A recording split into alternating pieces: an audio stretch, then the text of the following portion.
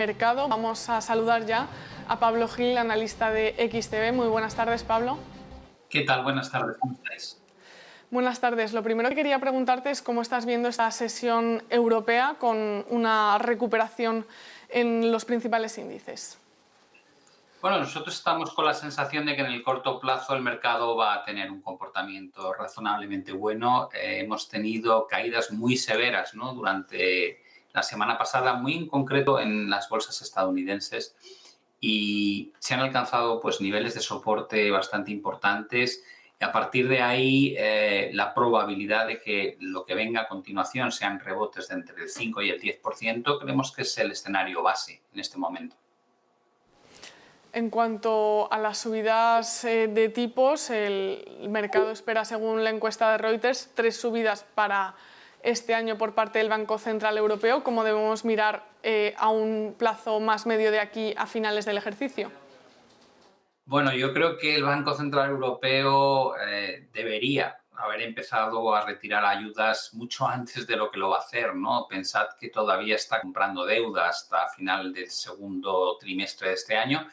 Probablemente en julio va a subir 0,25 las tasas de interés, y eso le permitirá, pues bueno, cuantificar un poco qué tal funciona la inflación en la segunda parte del año. En cualquier caso, yo creo que en Europa estamos hablando del escenario más agresivo. Acabar subiendo 0,75% sería una subida en el mes de julio, otra en septiembre y otra en diciembre, lo cual nos deja todavía con tasas de interés extraordinariamente bajas y muy cerca de mínimos históricos.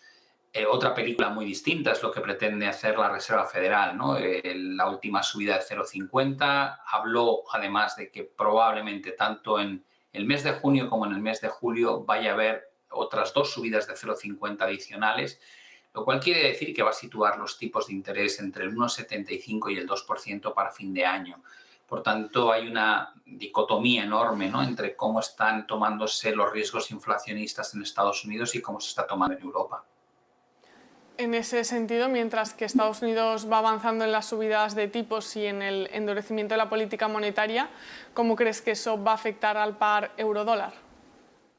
Pues bueno, parte de lo que va a afectar ya lo ha hecho, ¿no? Hemos visto ese ataque a la cota histórica que no se rompía desde prácticamente el año 2014, en torno a 1,03,5.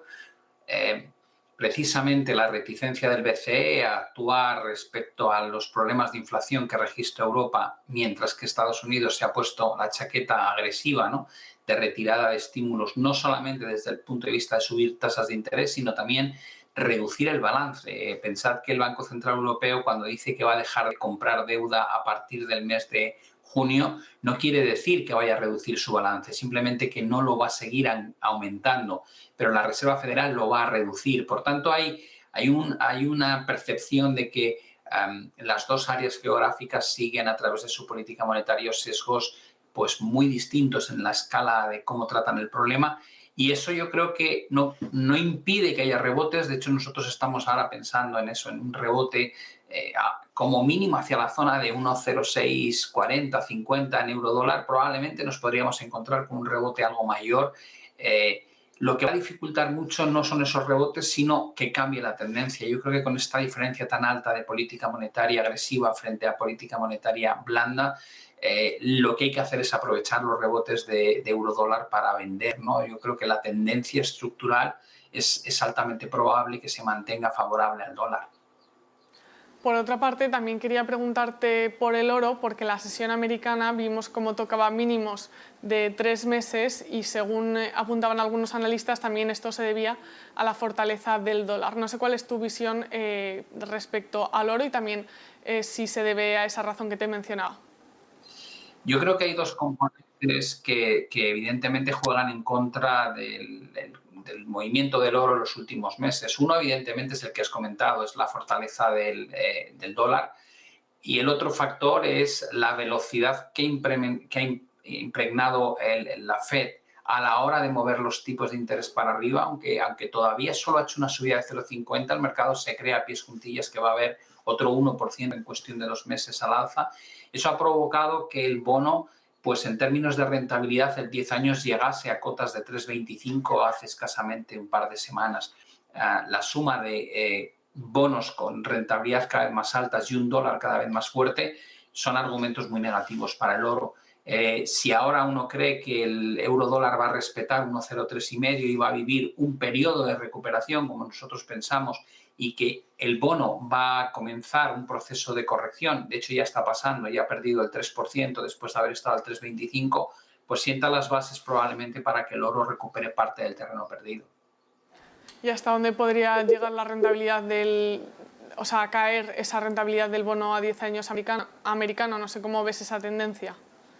Mira, va a depender mucho. Yo creo que la parte larga de la curva teníamos como objetivo una caída hasta niveles de 2,65, 2,60%.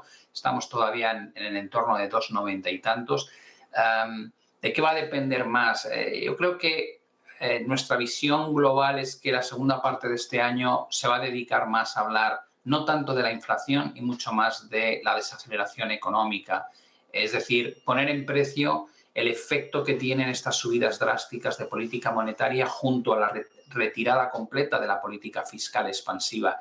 Si se da esa situación, si empezamos a hablar en estas reuniones o en estas charlas de riesgos de recesión en Estados Unidos de cara a finales de año, principios de 2023, es muy probable que el comportamiento en el bono que vayamos a ver es que seguirá subiendo la rentabilidad de la parte corta de la curva, es decir, de los bonos de menor duración. Sin embargo, los bonos a 10 años, a 15 años, a 7 años empezarán a caer en rentabilidad, anticipando de alguna manera que la subida de la Fed va a ser solo temporal, ¿no? Y por eso se invertiría la curva de nuevo, lo cual sería una nueva comprobación de que hay otra señal de que estas medidas restrictivas van a acabar haciendo mucho daño a la viabilidad económica de la primera potencia del mundo.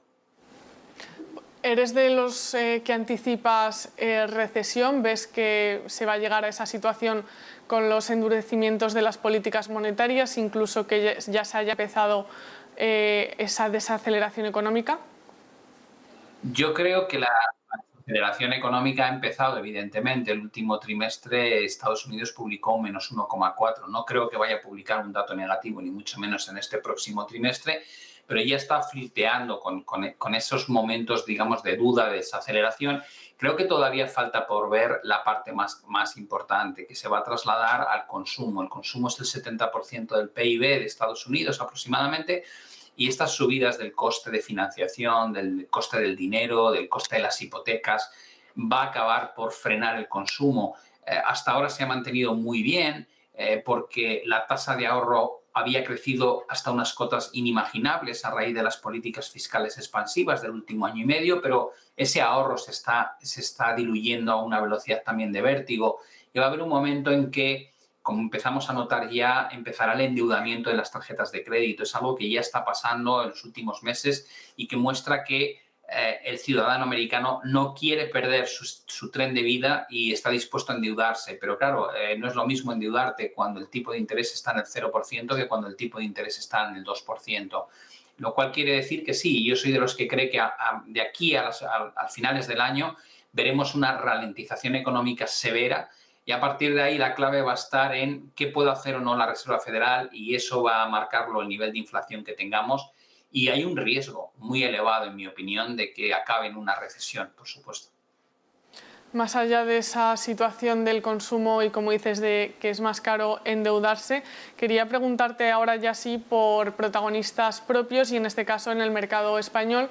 Hoy hemos visto ese plan estratégico de CaixaBank y quería saber cuál es tu visión para esa compañía y también preguntarte por el sector, porque precisamente en ese momento de subida de tipos también hay que poner la mirada ahí. Bueno, el problema que tienen los inversores particulares es que acaban centrando la atención cuando la noticia es evidente, pero el movimiento ya está hecho, ¿no? Si te fijas en el comportamiento del sector bancario, ha sido muy bueno durante los últimos meses. Casi podríamos decir que durante el último año han recuperado muchísimo terreno y en buena parte se ha recuperado terreno ante la idea de que las tasas de interés no se van a mantener mucho tiempo en el mínimo histórico, ¿no? Pero si mira lo que está pasando en Estados Unidos, creo que es un golpe de realidad. Realmente, ahora que están subiendo las tasas de interés en Estados Unidos, los bancos no están protagonizando su mejor comportamiento relativo. Y dices, ¿cómo puede ser que justo cuando empieza a producirse aquello que teóricamente es bueno para la banca, los bancos no lo hagan bien. Digo, bueno, pues porque lo han hecho bien previamente. Y no hay que olvidar también que un banco tiene el margen de intermediación como fuente principal de ingresos, lo que al final está tomando el dinero barato y lo está prestando más caro. En teoría, lo que mejor le viene es que el coste del dinero en el corto plazo sea barato y el coste del dinero a largo plazo, que es como lo suele prestar, sea más alto. En Estados Unidos, si se empieza a aplanar la curva de tipos, ese margen de intermediación ya no es tan bueno.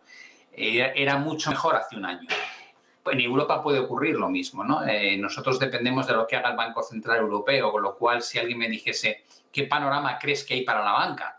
Digo que la parte más positiva de la recuperación ya la hemos vivido. Entonces, ya, pero si falta todavía que suban los tipos, digo, sí, falta que suban los tipos, pero puede ocurrir perfectamente que para cuando el Banco Central Europeo empiece a subir los tipos en la segunda parte de este año, lo que veamos es un aplanamiento de la curva de tipos y una reducción del margen de intermediación. Con lo cual, resulta que, pese a que se cumple la profecía, entre comillas, de que este es el escenario idílico, el resultado real para los bancos, el idóneo ya ha pasado, ¿no? Y lo que tenemos no es un escenario humano, pero desde luego no es un escenario tan bueno. Y luego hay un tema también que es fundamental que la gente entienda. Si realmente hay recesión, si estas restricciones monetarias llevan a un escenario recesivo, entonces lo que va a tener la banca, que es francamente malo, es una preocupación por la morosidad. Las tasas de morosidad han sido muy bajas, pese a la crisis reciente, porque de alguna manera nos han estado sosteniendo artificialmente, ¿no? Con líneas de crédito ultra baratas en el ICO, con programas ERTE para que no se perdiesen empleos. Pero si volvemos a la normalidad, eso quiere decir que muchos ciudadanos, muchas empresas no van a poder por sí mismos hacer frente al pago de ciertas cuotas, ¿no? Y eso hará que suba la morosidad y eso es uno de los principales riesgos para la banca. Por tanto, yo creo que la fiesta en la banca, digamos que el 85% de la fiesta en la banca ya se ha vivido, ¿no? Habrá momentos concretos en que algún banco lo pueda hacer bien o que puedas mantener la tendencia al alza de recuperación, pero realmente creo que ya ha pasado lo principal, lo bueno, y creo que sonar ahora la corneta diciendo ahora hay que moverse a los bancos, creo que llegas muy tarde si vas a hacer ese movimiento. Gracias, Pablo Gil, analista de XTB, por ese análisis tan completo y por darnos las claves de lo que ocurre en el mercado y también en esta sesión. Muchas gracias, que tengas muy buenas tardes y buen negocio. Igualmente, hasta luego. Gracias.